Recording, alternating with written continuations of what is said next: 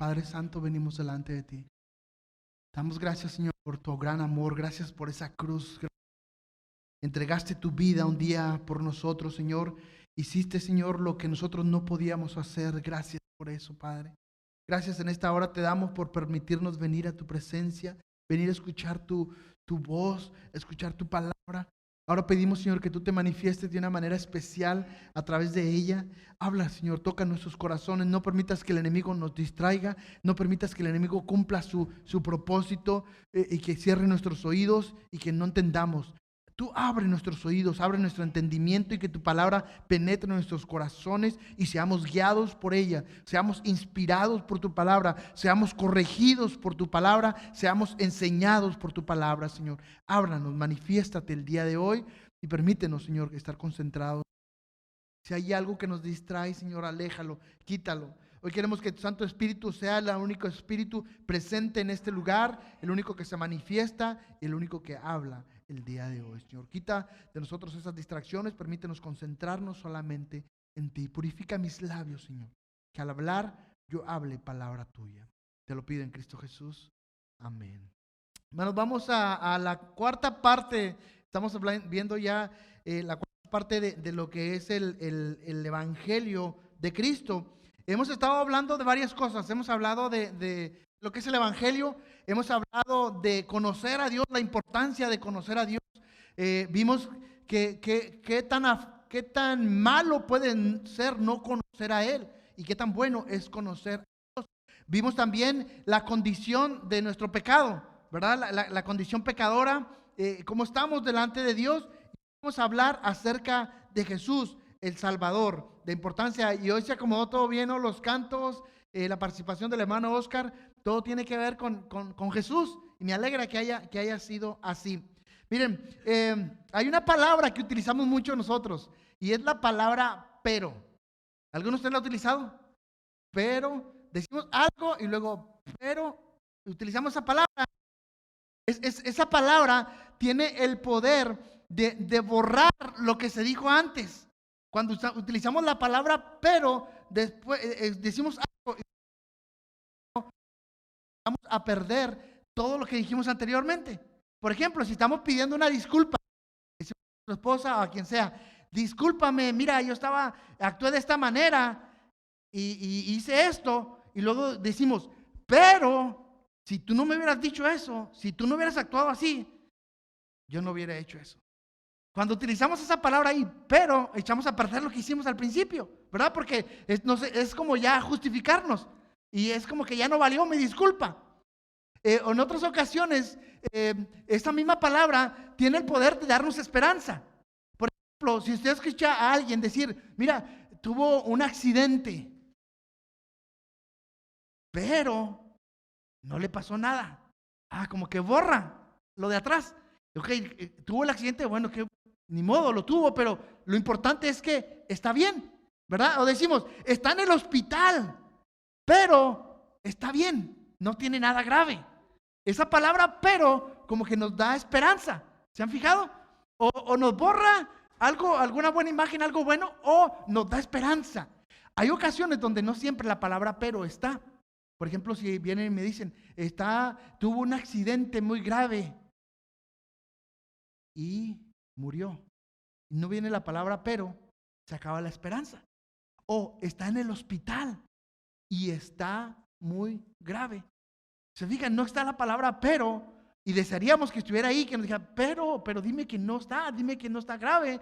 No siempre está esa palabra, pero hoy vamos a ver esa palabra. Bueno, no vamos a imitar esa palabra, pero vamos a utilizarla un poquito pensando en lo que Jesús hizo por nosotros. La semana pasada hablamos de la gravedad de nuestro pecado, del castigo que merece nuestro pecado, de haber rechazado a Jesús, de haber rechazado a Cristo. Lo hemos rechazado y dice la palabra de Dios que el castigo a nuestro rechazo a Dios es condenación, es castigo eterno. Eso merecemos, pero dice la Biblia pero Dios nos amó tanto que dio a su Hijo unigénito. Pecamos, nos separamos de Dios, pero Dios nos amó que dio a su Hijo unigénito para que nosotros pudiéramos ser salvos de nuestro pecado. Así es que somos pecadores destinados a ser condenados, por nuestra maldad, por nuestro pecado. Pero Dios nos ha amado, que nos da la oportunidad de no ser condenados.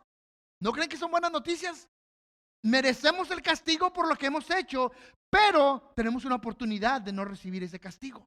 Esas son grandes noticias. Eso es lo que Jesús vino a hacer por nosotros, y por eso vamos a meditar en algunas cosas de Jesús, algunas cosas importantes de lo que Jesús vino a hacer. El pecado vino a destruirnos, pero Dios vino a restaurar lo que el pecado había hecho. Dice Romanos 5:6, a la verdad, éramos incapaces de salvarnos a nosotros mismos.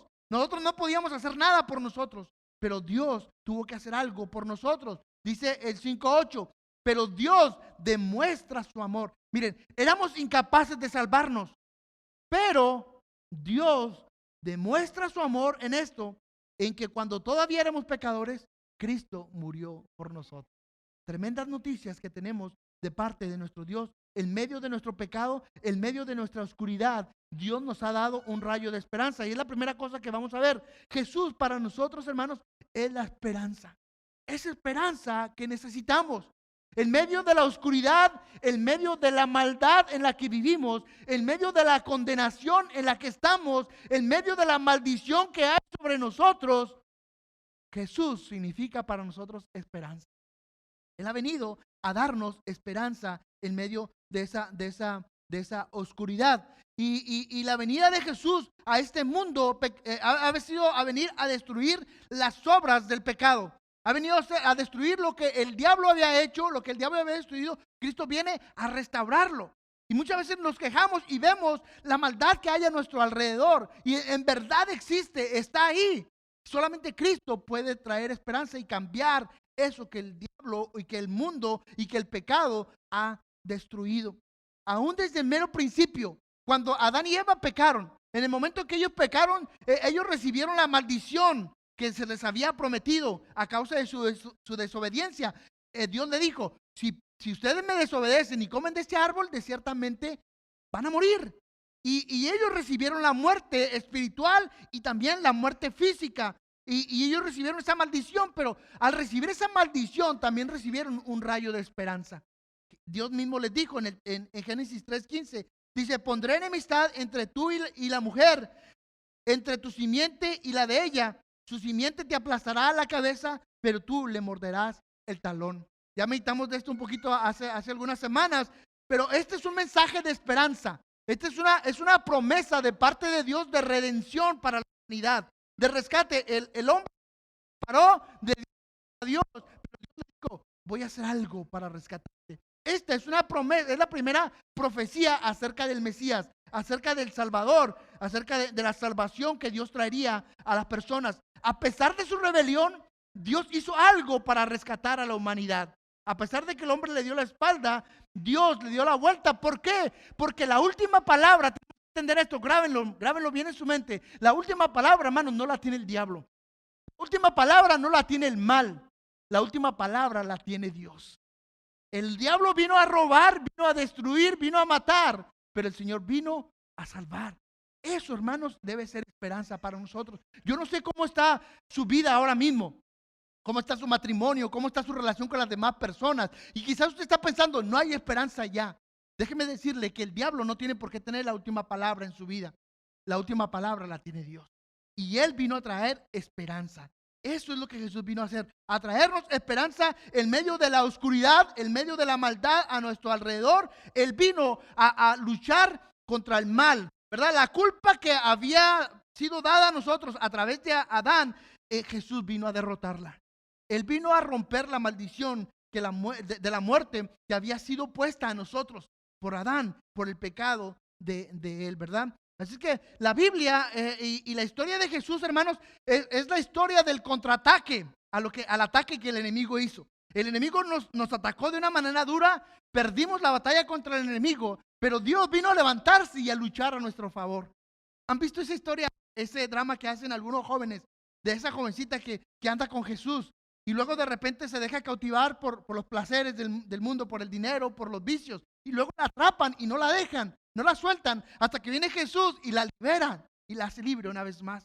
Eso es lo que Jesús vino a hacer con nuestras vidas. Vino a darnos esperanza Esa es la historia de Jesús, es la historia de cómo Dios arregló lo que el hombre había destruido, lo que el hombre destruyó. Él vino a restaurar otra vez las cosas, a darnos esperanza. Por eso lo que Jesús viene a hacer es traer esperanza a nuestras vidas. No importa qué tan mal, no importa qué tanto el pecado nos haya destruido, no importa qué tan mal esté nuestra vida ahora mismo, lo que usted tiene que saber que Jesús vino a traer esperanza.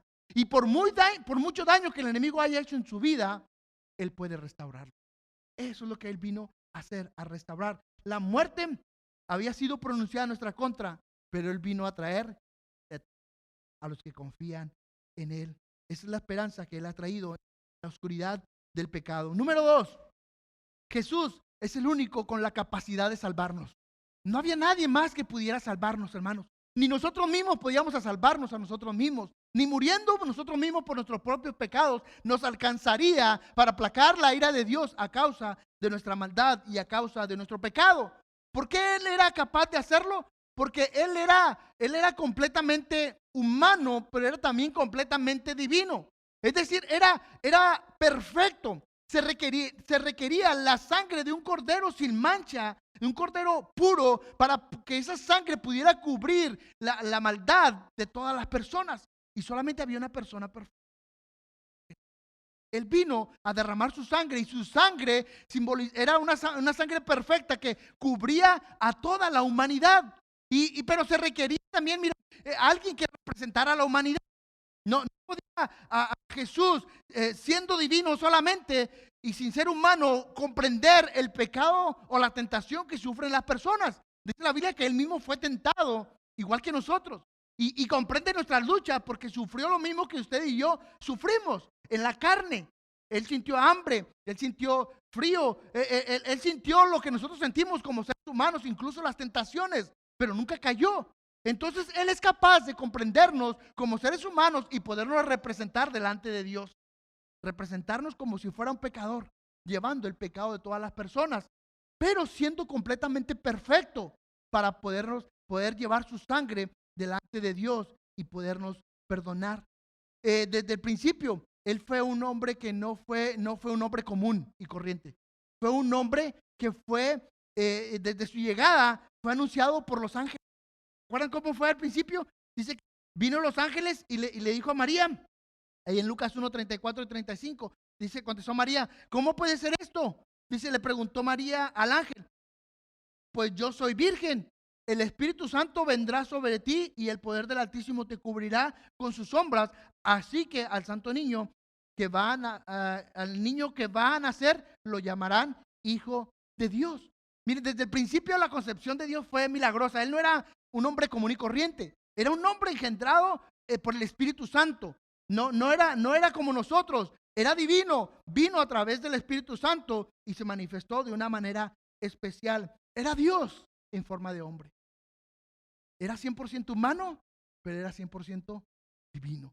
No dejó de ser Dios nunca, ni tampoco fue totalmente, ni fue un hombre, un simple hombre, sino fue Dios y hombre. Algo difícil de comprender, pero así era. Y este pasaje, y otros más, nos hablan de que Él era completamente divino y era completamente humano. Y eso es importante, como les digo, porque podía representarnos como seres humanos, pero también tenía la capacidad, la perfección que se requería para ese sacrificio. Así es que Él es el único con esa capacidad. Número 3, Jesús era el Rey, el Mesías que había sido prometido.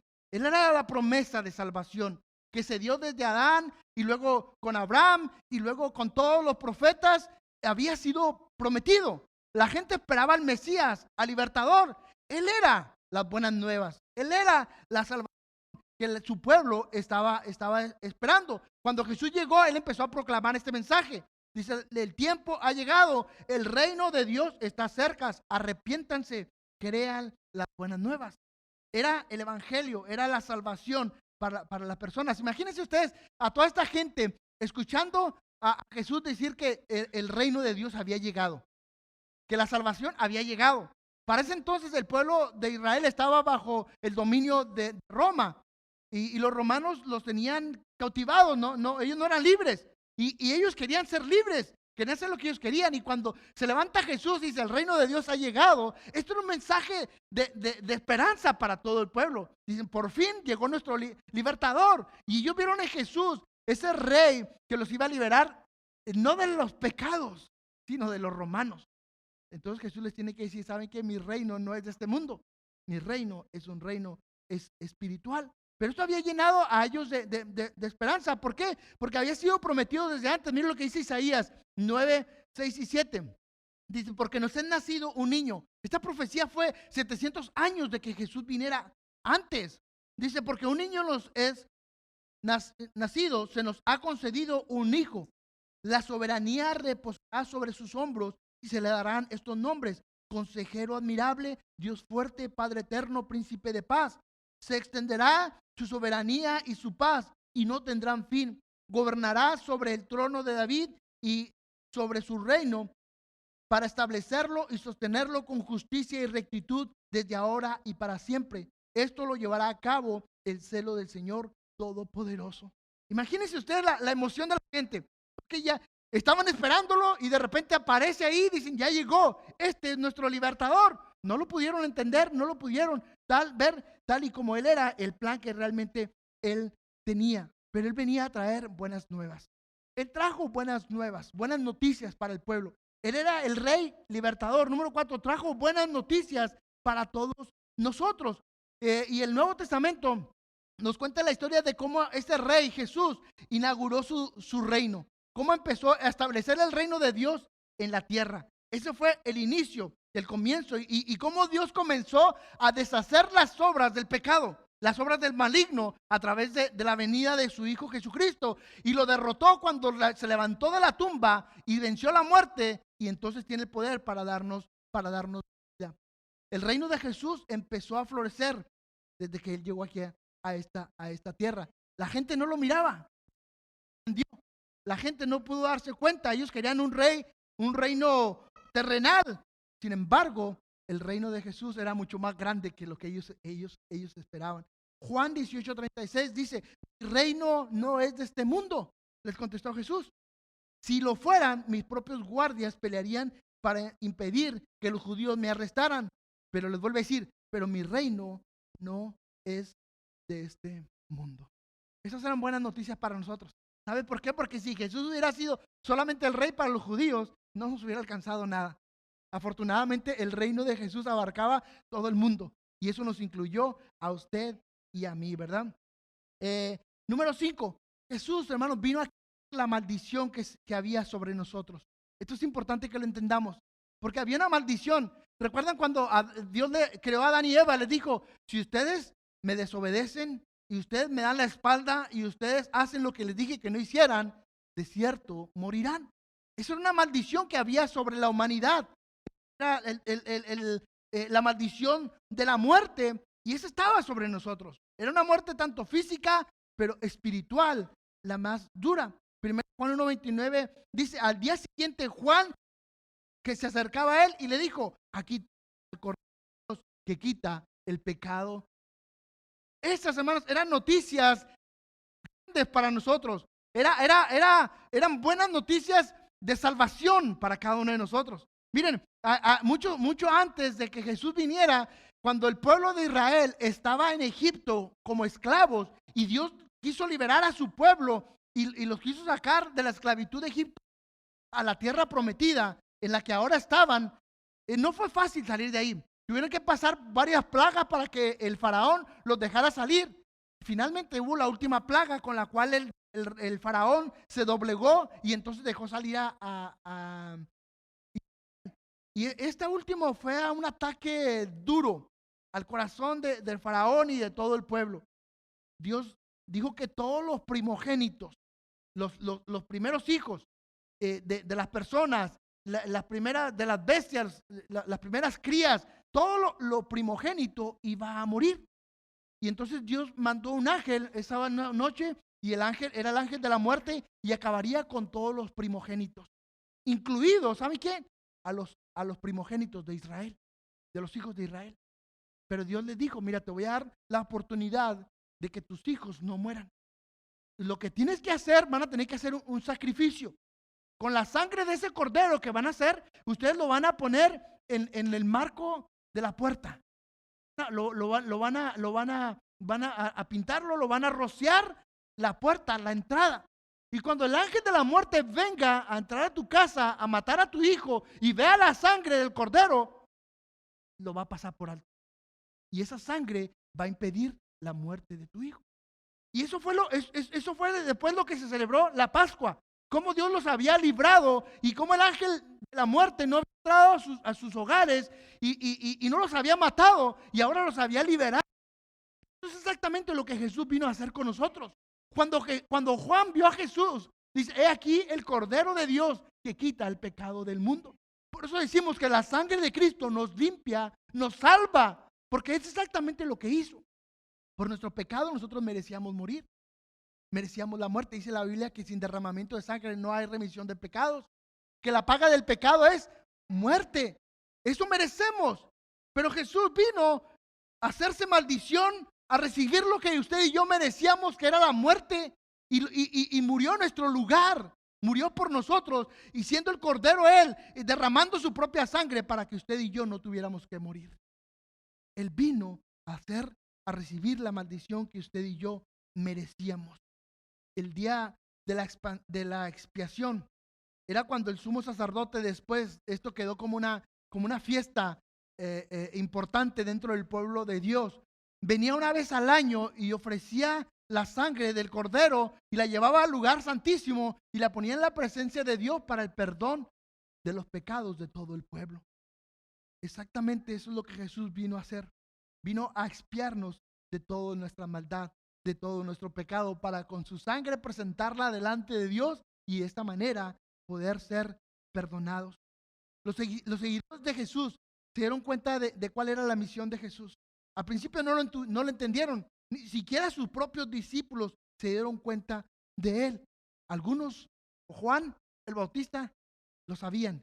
Dijeron: he aquí el Cordero de Dios que quita el pecado de muchos. Aún el mismo Jesús entendía su propósito. ¿A qué había venido? Él dijo en Marcos 10:45: porque ni aún el Hijo del Hombre vino a que le sirvan, sino para servir y dar su vida en rescate por muchos.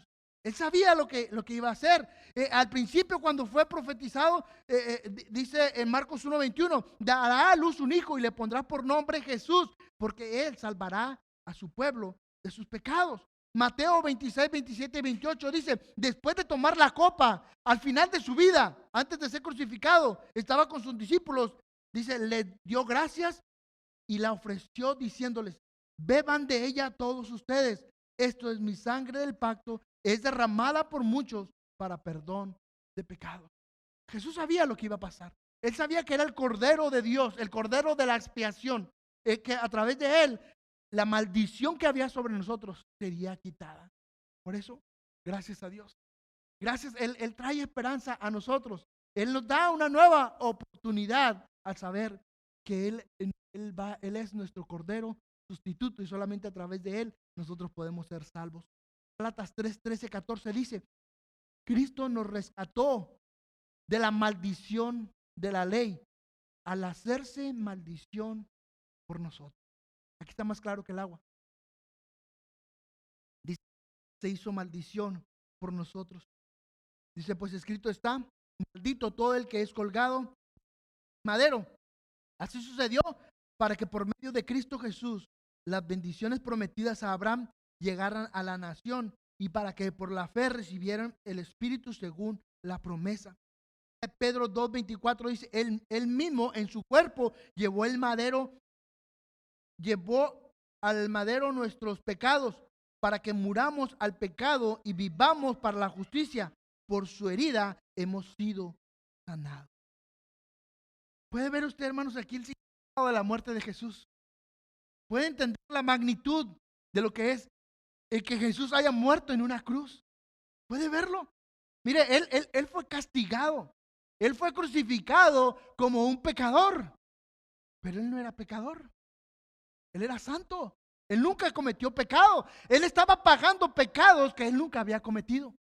Estaba siendo castigado por su pecado y por mi pecado. Eso es lo que estaba sucediendo en la cruz. Jesús estaba cargando con el peso horrible del pecado de todos nosotros, con todos los homicidios, con todas las traiciones, con todas las muertes, toda la maldad que hay a nuestro alrededor. Él estaba cargando con eso, Él estaba llevando la maldición que Dios había prometido para nosotros en el Edén. Él la estaba llevando en la cruz sobre sus propios hombros. Es lo que Jesús estaba haciendo al morir.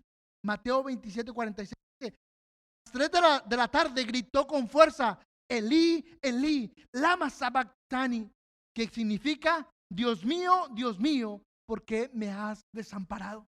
¿Sabe por qué se sintió desamparado? Porque realmente estaba desamparado.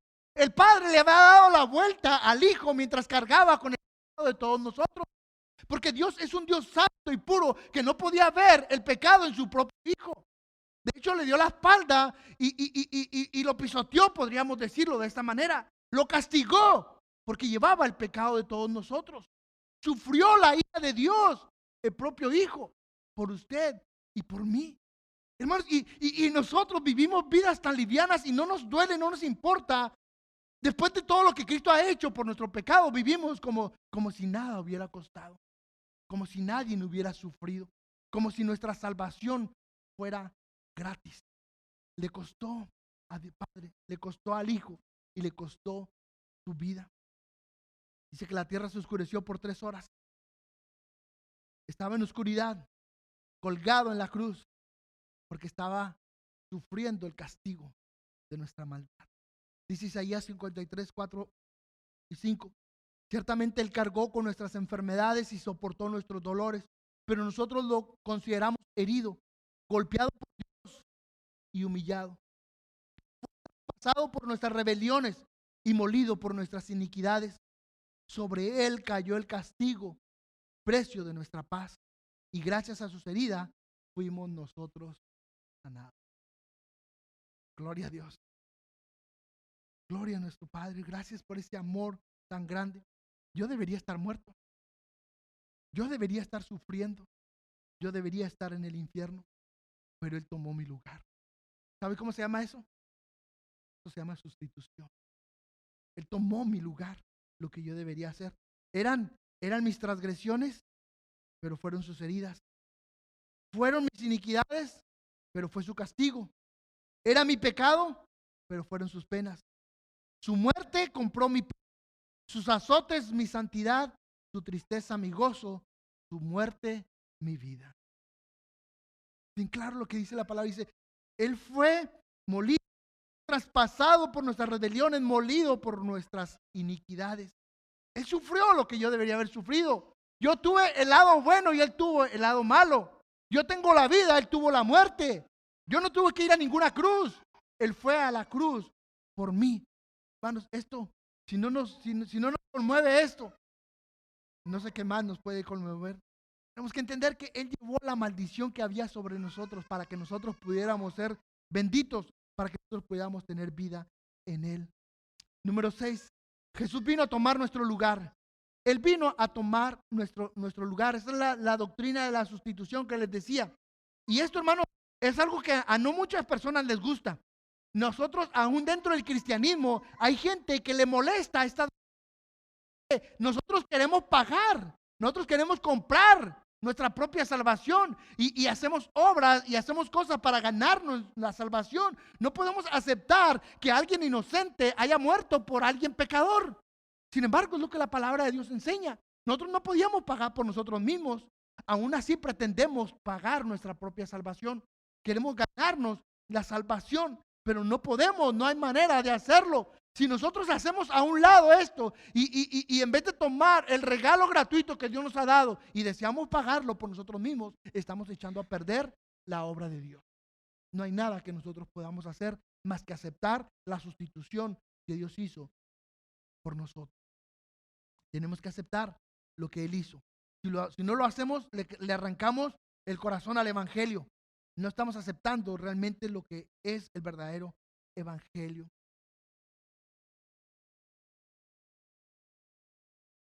Éxodo 34, 7. Primero, ¿por qué existían los sacrificios? ¿Qué se lograba con derramar esa sangre? ¿Cómo puede Dios tener misericordia sobre nosotros? Esto se los preguntaba hace unas semanas. Y ser justo a la misma vez con nosotros. ¿Qué significa? Que Dios perdona la iniquidad o la rebelión de su pueblo, pero aún así no tiene por inocente al culpable. Éxodo 34:7 dice que mantiene su amor por 1000 generaciones después y perdona la iniquidad, la rebelión y el pecado. Pero escuchen, pero no deja sin castigo al culpable, sino que castiga la maldad de los padres en los hijos, en los nietos, hasta la tercera y cuarta generación. ¿Cómo puede ser posible eso? ¿Cómo puede un Dios santo, un Dios amoroso, justificar al impío? Perdonar al que merece ser castigado. ¿Cómo puede ser eso? La respuesta está en la cruz del Calvario. La respuesta está en Jesús. Alguien tenía que pagar. Alguien tenía que sufrir. Alguien tenía que pagar los platos rotos. Yo no podía, no tenía con qué. El único que lo pudo hacer fue Jesús. Y gracias a Él, nosotros tenemos vida. Romanos 4:5 dice: sin embargo, al que no trabaja, sino que cree que Él justifica al malvado, se le toma en cuenta se le cuenta la fe como justicia. Dios es un Dios santo, es un Dios amoroso, pero es un Dios justo. Y tuvo que amarnos y tuvo que practicar su justicia, y su justicia fue caída en Jesús. Al castigarlo, al estar en la cruz, Él se hizo maldición para que usted y yo pudiéramos ser libres. Y por último, Jesús no se quedó en la tumba. Él murió, Él fue castigado, bajo una tumba, pero no se quedó ahí. Dice la palabra de Dios que Él resucitó. ¿Y por qué es tan importante para nosotros que haya resucitado? ¿Sabe que de nada nos hubiera servido que Jesús hubiera muerto y hubiera hecho todo lo que tuvo que hacer y se quedara ahí? De nada hubiera servido si Él no hubiera resucitado. Lo que le dio valor al sacrificio de Jesús fue su muerte. Ha habido muchas personas, hay héroes que han muerto por otras personas, incluso su patria. Pero ¿sabe qué pasa años después? Que todo el mundo se olvida de ellos y no pasa nada. Lo que Jesús hizo ha pasado más de 2000 años y nadie lo puede olvidar. Hoy seguimos siendo transformados gracias a la resurrección de Jesús. A que Él se levantó de la tumba. Al levantarse de la tumba, Él hizo verdadero. Lo que Él dijo era verdad. Lo comprobó con hechos, levantándose de la tumba. Le dijo a todo el mundo: miren, lo que les dije era verdad. No soy cualquier persona que viene y se hace pasar de héroe. Realmente soy el Mesías, soy el Salvador, soy el Hijo de Dios que vino a rescatarlos. Eso fue lo que Jesús hizo cuando Él resucitó. Las dudas de los discípulos cuando que ellos tuvieron cuando murió fueron resueltas cuando lo vieron resucitar. Cuando lo vieron caminar después de 3 días estar muertos. Cuando escucharon las palabras de aquel ángel que les dijo: ¿por qué buscan al que vive? ¿Por qué buscan entre los muertos al que vive? Él está vivo. Si Jesús no hubiera resucitado, su muerte no hubiera servido de nada. Pero gracias a Dios, que Él se levantó de la tumba y ahora tiene el poder para darnos vida. Porque compró, porque venció a la muerte y ahora tiene el poder de darnos esa vida a nosotros.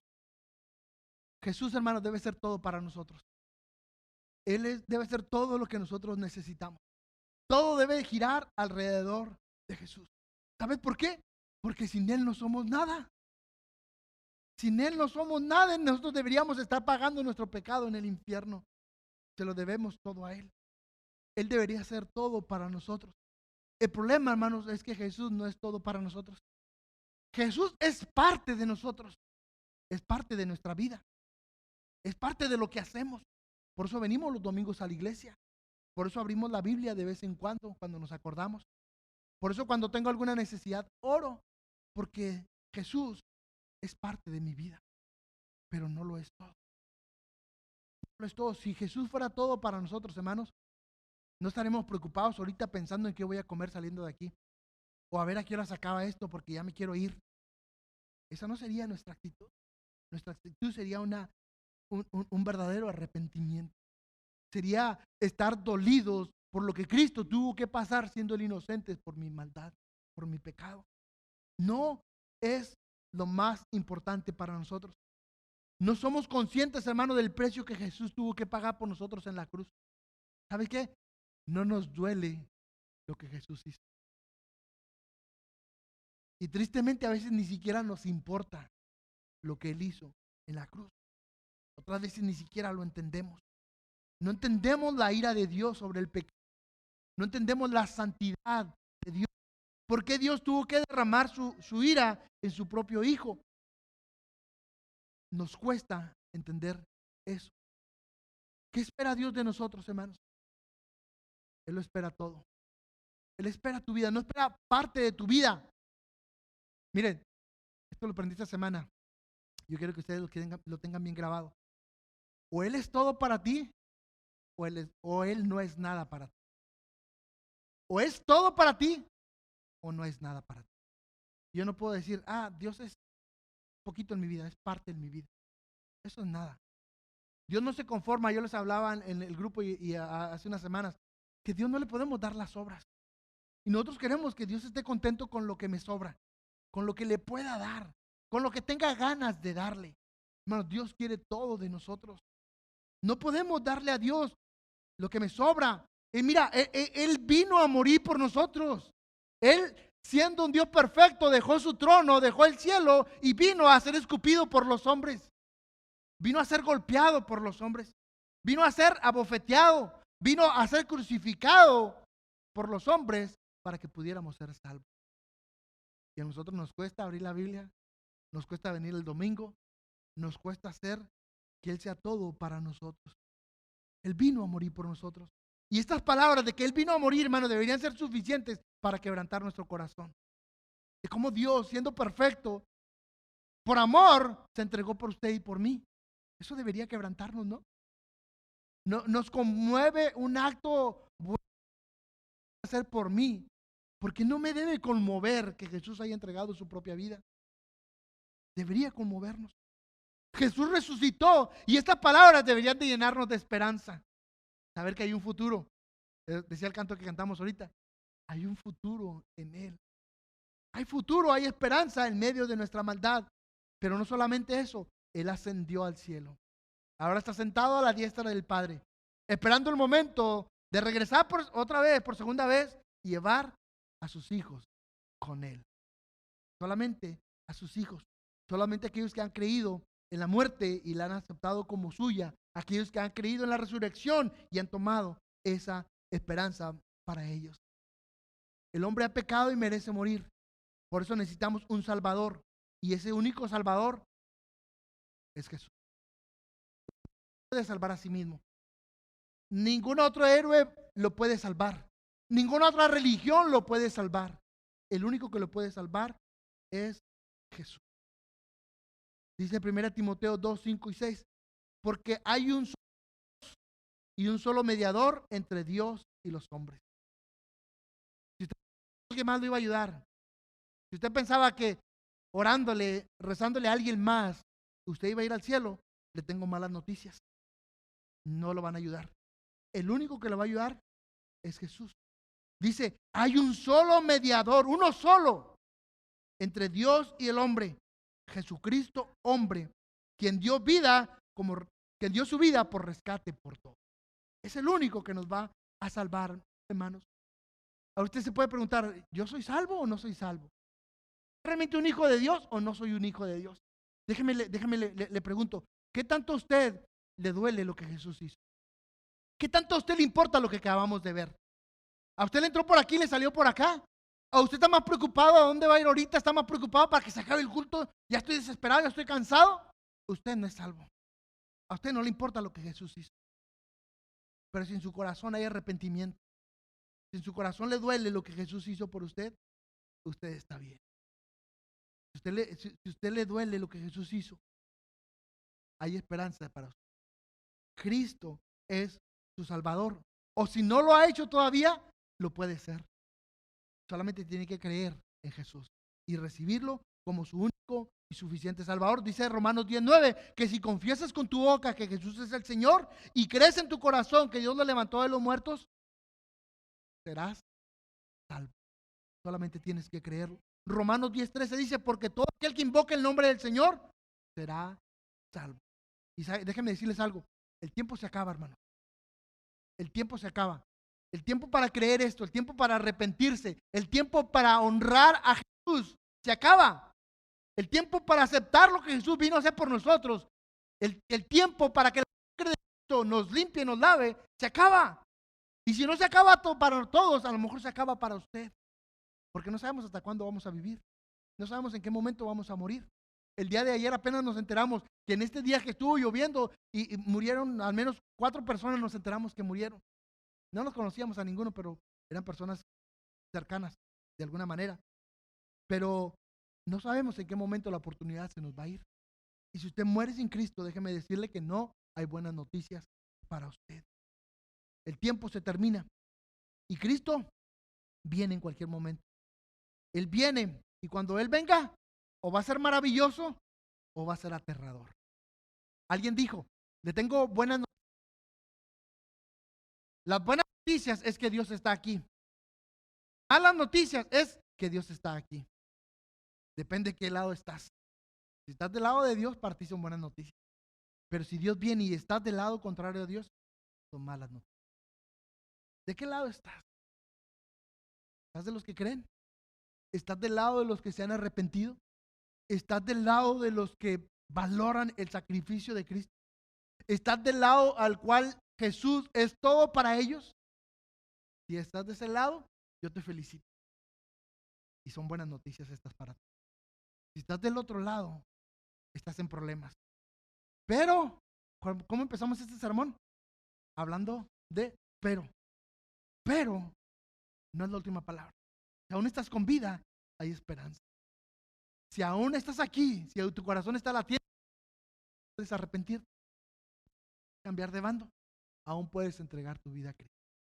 Yo te invito a que cierres tus ojos y ores conmigo. Y si Dios ha tocado tu corazón, si el Espíritu de Dios te ha quebrantado y ha abierto tus ojos y te has dado cuenta de tu pecaminosidad, de cuánto has ofendido a Dios, pero también has entendido el gran amor que Dios tiene para ti, el sacrificio que Jesús vino a hacer por ti, de cómo Él vino a romper esa maldición que había sobre tu vida, de cómo Él vino a traer esperanza a tu vida, cómo Él vino a tomar tu lugar y ser el sacrificio, el cordero que te sustituye a ti. Si tú has entendido esto, yo quiero pedirte que tú entregues tu vida a Cristo. Si no lo has hecho y lo quieres hacer hoy, yo te pido que ores conmigo esta oración. Dile así en tu corazón: Señor Jesús, he entendido quién eres tú. Me doy cuenta que tú eres un Dios santo, un Dios justo, un Dios amoroso. Me he dado cuenta qué tan lejos estoy de ti, de qué manera yo me he alejado, de qué manera yo te he ofendido. He sido un pecador, te he dado la vuelta, no me ha importado tu palabra, no me ha importado hacer tu voluntad. Perdóname porque te he rechazado abiertamente. He creído estar cerca de ti, pero ahora me doy cuenta que estoy lejos de ti. Pero yo creo, Señor, que tú viniste a morir por mis pecados. Yo creo que tú viniste a tomar mi lugar. Y yo quiero tomar esa sangre tuya derramada en la cruz para que me lave, me limpie y me justifique delante del Padre. Yo quiero ser salvo. Yo te pido que me perdones todos mis pecados. Y como esa sangre que cubrió los marcos de las puertas de los israelitas en Egipto, yo quiero que esa sangre ahora me cubra y me limpie de toda mi maldad y todo mi pecado, y que yo pase de la muerte a la vida, que la maldición que había sobre mi vida, de la muerte eterna, ahora pueda ser quitada a través de esa sangre y yo pueda ser hoy tu hijo y pueda recibir la vida eterna. Recíbeme como tu hijo, Señor. Yo creo en ti. Te pido que entres en mi corazón, que me salves, que me perdones y me hagas tu hijo. Ayúdame a vivir para ti. Ayúdame a darlo todo por ti. Tú lo diste todo por mí. Dalo ahora. Yo lo quiero dar ahora todo por ti mismo. Gracias, Señor. En el nombre de Jesús oramos. Amén.